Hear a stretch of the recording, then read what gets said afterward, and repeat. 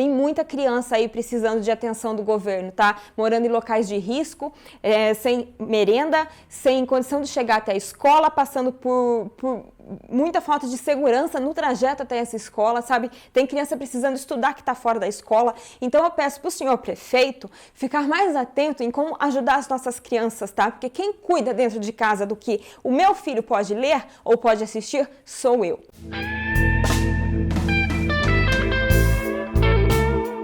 Oi gente, tudo bem com vocês? Hoje o vídeo é sério, é um vídeo que eu de fato realmente não gostaria de gravar. Acontece que eu acho importante falar sobre o assunto e eu acho que esse espaço que eu tenho, na verdade, é um espaço que deve ser bem utilizado e acho esse um bom motivo para utilizá-lo.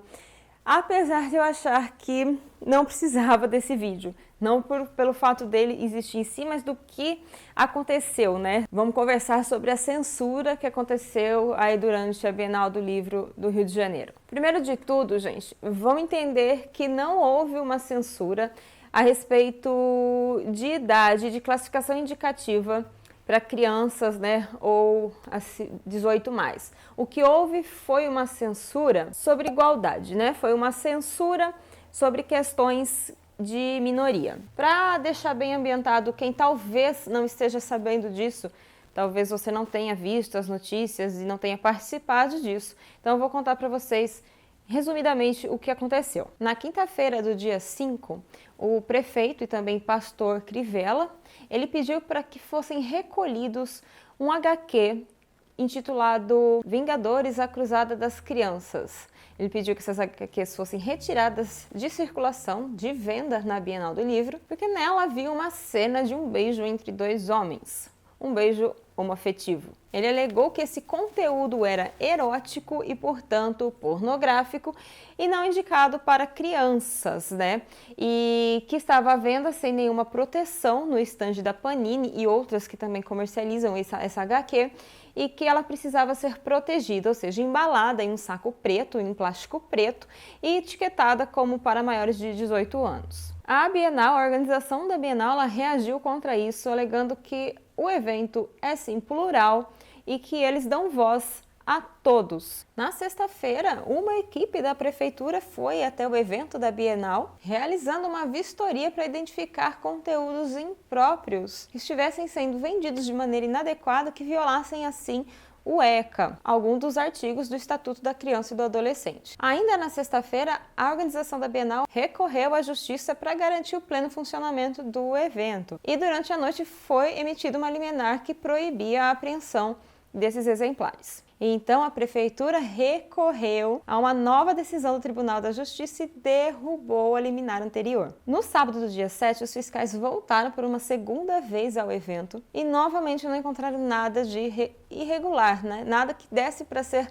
classificado aí dentro do ECA. O ECA que diz no seu artigo 78, e agora eu vou ler aqui para vocês, que revistas e publicações contendo material impróprio ou inadequado a crianças e adolescentes devem ser vendidos em embalagem lacrada com advertência sobre o conteúdo. O Estatuto também determina que as editoras cuidarão para que as capas que contenham mensagens pornográficas ou obscenas sejam protegidas com embalagem opaca. Porém, ao contrário do que diz a prefeitura, a capa da HQ não continha nenhuma cena imprópria, nenhuma cena pornográfica e nem mesmo seu conteúdo. O que tinha de impróprio no conteúdo da HQ eram cenas de violência. Não tinha nenhuma cena de contexto sexual ou de erotismo. O que simplesmente incomodou o prefeito foi a cena do beijo. E era um beijo, somente um beijo. E a legislação, ela não define beijo como algo impróprio, nem hétero, nem homo. Agora eu vou ler para vocês o que o defensor Rodrigo Azumbuja, o coordenador da defesa dos direitos da criança e do adolescente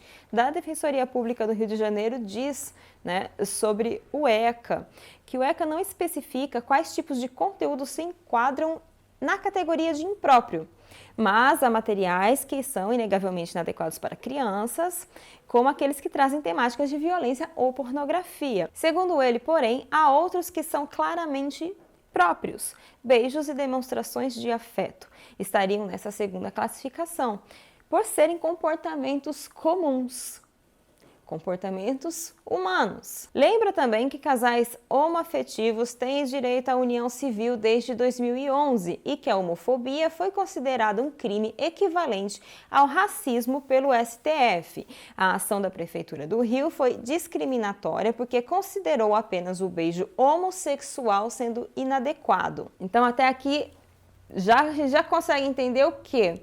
Que a proteção não era, que a preocupação não era em proteger crianças, porque se o beijo heterossexual não é inadequado pela nossa lei, por que o beijo homossexual é?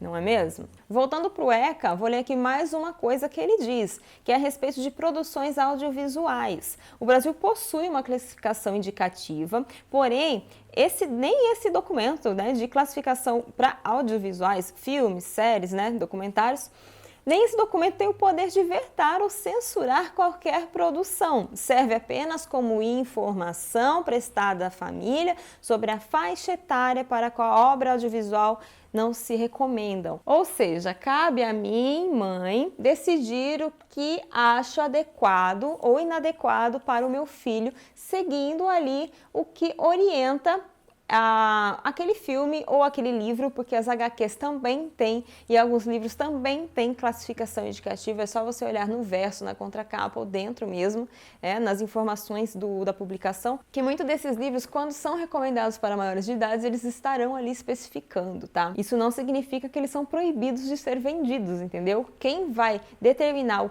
que a criança pode ou não consumir são os seus tutores legais. Vou ler mais uma citação do advogado Ariel de Castro Alves, que é do Conselho Estadual dos Direitos Humanos de São Paulo. Ele diz que não faz parte da conveniência e da discricionariedade da administração pública opinar sobre o conteúdo de um livro. Senão, daqui a pouco, vai caber a cada autoridade dizer o que é adequado ou não. E isso vai mudar se ela for conservadora ou liberal, de esquerda ou de direita, de ideologia ou de outra ideologia. E foi o que exatamente aconteceu aí, Essa HQ, gente, ela foi publicada aqui no Brasil em 2012. E por que vocês acham que só agora ela está sofrendo esse tipo de perseguição? Porque nós temos hoje líderes políticos que são também líderes religiosos extremistas. E esse poder que foi concedido a essas pessoas cria aquele respaldo, aquele conforto para que ele faça algo onde ele vai acabar recebendo um grande apoio da população que o elegeu aí, ainda mais nesse período que nós vivemos, Estamos vivendo um momento onde esses líderes estão expondo seus dogmas religiosos, estão usando isso como fonte de poder e manipulação. O prefeito, que é pastor, ele fez o que com essa atitude? O que ele fez? Ele impôs, Ele usou a religião para convencer uma população que talvez não tenha consciência, não tenha conseguido interpretar o contexto. Por quê? Porque esses líderes, eles se sentem ameaçados. Eles sentem medo quando as famílias, elas fogem do padrão patriarcal, quando a família se estabelece entre duas mães, dois pais, mãe solo. E esses líderes, eles não visam o bem da população, Eles querem impor a crença, o que eles acreditam, a fé deles sobre pessoas que muitas vezes vai acabar só trazendo mal e prejudicando. E assim, eles não abrem mão, Eles tentam impedir que o mundo mude, que caiam por terra os privilégios, que eles ocupam naquele posto. E nós temos sempre que lembrar que esses líderes, eles foram escolhidos pelo povo para governar toda a nação, todo o Brasil, toda a população, não somente aqueles que têm uma crença igual a deles. Eles têm que governar uma população de país laico, que é o que somos. Ou seja, um país onde cada um tem a sua privacidade, tem o seu direito à escolha de fé. E o Estado não tem o direito de interferir nisso. A religião ela não pode simplesmente ditar os rumos, que o nosso Estado seguirá. Isso que o prefeito fez é inconstitucional. Vocês conseguem agora assimilar? Ele usou um posto de poder que ele tem para censurar aquilo que não está de acordo com a fé dele, com a crença dele, com a religião dele. Ele deixou de lado uma parcela das pessoas do qual ele governa ali e incitou ódio contra essas pessoas, né? E a gente ainda aqui nem está entrando em mérito do desperdício de tempo e dinheiro público que essas ações demandam, né? Um simples enviar de uma equipe para uma feira tem sim um gasto e a gente nem está ainda pondo isso em pauta. Se você não conhece a Bienal do Livro, eu já participo dela há 11 anos e a Bienal ela é um evento plural, traz acesso aos mais variados gêneros, livros, literatura, manifestações culturais. E sabe, gente, milhares de livros eróticos mesmo são vendidos lá todos os anos, em todos os eventos. Isso nunca chamou a atenção, né, de ninguém, isso nunca preocupou ninguém até então. E se a gente está falando em classificação e bem-estar da criança, nós deveríamos primeiro nos atentar a esse tipo de material e não a um que simplesmente tem um beijo, o que é muito inferior a cenas, às vezes, de estupro, que também estão nessas HQs, de violência doméstica. Esse tipo de coisa, esse tipo de censura faz com que nós recuemos passos e passos da história quando abrem caminho para policiais armados entrarem num evento literário onde era para prevalecer alegria, pluralidade, né, diversão, entretenimento e gerou medo. No sábado eu pude presenciar muitos amigos e amigas ali filmando e mostrando as cenas assim de medo, de preocupação. Hoje, gente, eles tomaram a voz dos LGBTs. Amanhã eles vão tomar a voz de nós mulheres, irão tomar a voz dos negros novamente, vão tomar a voz dos pobres, se tomarão os direitos dos deficientes conquistados, se tomarão tudo, gente, tudo que não entra na elite, entendeu? Hoje é o LGBT e você acha que você está isento, porque você, afinal de contas, não é homossexual. Mas amanhã vai te atingir, de alguma forma vai te atingir, a censura atinge todo mundo no final de contas. Gente, um beijo, nós vemos beijos, eu como menina, né, como mulher, eu via muito beijo na minha infância nos desenhos da Disney. Inclusive o desenho da Bela Adormecida, onde é um beijo não consensual, né? Onde o príncipe beija a Bela Adormecida quando ela está desfalecida, morta, né? Então, assim, é uma coisa tão bizarra que não é pauta. Nunca foi pauta. Eles estão usando essa proteção, essa suposta proteção aos nossos filhos para nos calar. Retirar o direito de uma parcela da população, incitar ódio, opressão, destruição. Gente, essa galera, ela odeia o amor e aplaude um jovem negro sendo chicoteado. E aí eu vou te perguntar, beijos héteros influenciam? Né? Eu passei a minha infância vendo beijos héteros. Será que os homossexuais que viram beijos héteros durante a infância foram influenciados? Isso realmente mudou alguma coisa? Se fosse assim, não é mesmo? Ser homossexual não é questão de escolha, não é. Eu vou falar pra vocês agora como mãe, tá? Como mãe eu prefiro 1000 vezes que meu filho veja um beijo homossexual do que ele presencie cenas de violência que estão no nosso dia a dia. Por exemplo, quando eu ligo a TV sem querer e cai num Datena da vida. Ou quando ele tá andando na rua e escuta alguma coisa que eu não gostaria que ele escutasse, algo preconceituoso. Vamos fazer mais um parênteses aqui. Vocês lembram da grande queima de livros em 1933 na Alemanha nazista? As grandes queimas de livros, elas aconteciam em praça pública, né?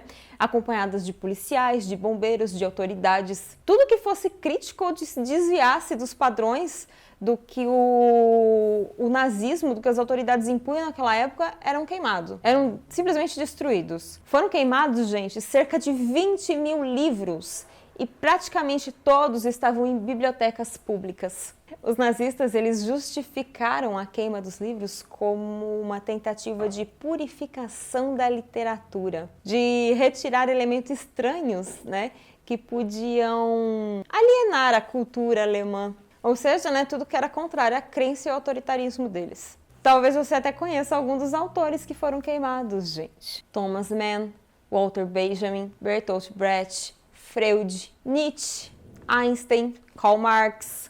Como você deve ter visto, Felipe Neto comprou 14.000 exemplares de livros com temática LGBT e distribuiu gratuitamente para todas as pessoas que quisessem retirar o seu lá na Bienal do Livro. Foi um protesto do Felipe Neto contra essa atitude retrógrada, obscurantista. e preconceituosa do prefeito. E junto com ele houveram vários atos, várias manifestações, né, de não haverá mais censura e nós não vamos nos calar, e foi muito bonito de se ver. Gente, é importante que vocês entendam que esses livros que foram distribuídos pelo Felipe Neto e esses livros que estavam no alvo aí na mira do prefeito são livros de temática LGBT para jovens, são young adults, escritos para jovens que não possuem nenhuma cena erótica e nada de conteúdo sexual ou pornográfico. São livros que trazem informações para o desenvolvimento do jovem quando ele está se descobrindo, né? Para que ele entenda o que está acontecendo com o corpo dele, com a cabeça dele, com os sentimentos dele, e para que também os demais que não se descobriram homos, se descobriram héteros, tenham consciência e não se tornem adultos homofóbicos. Esses livros, eles são voltados para esse público específico. Não tem por que vetá-los do público do qual são destinados. Teve ainda uma pessoa que me falou, mas quem saiu lucrando com tudo isso, na verdade, foram as editoras, né? E, gente, é o seguinte, nós vivemos hoje um sistema capitalista e não tem forma da gente fugir disso num primeiro momento. Hoje, talvez, o lucro financeiro tenha, assim, ficado na mão de grandes, né? De pessoas aí que também giram o mercado. Porém, a arma de luta ficou na mão da população. O livro, o conhecimento, a instrução, sabe? É a arma, é a nossa arma. E essa arma talvez não tivesse chegado na mão de 14 mil pessoas por falta de acesso, sabe? Então, isso que importa para mim num primeiro momento. E isso eu nem vou entrar em mérito de crise do mercado editorial, tá? E também vou salientar que o quê? Essa distribuição traz também maior evidência para os escritores LGBT, né? Que são escritores que muitas vezes sofrem preconceito dentro do próprio nicho, né? Dentro ali da própria profissão. Então tem também essa visibilidade para esses autores que também estão recebendo pelo serviço. Então, gente, é tudo uma questão de prioridade, de pensar, né?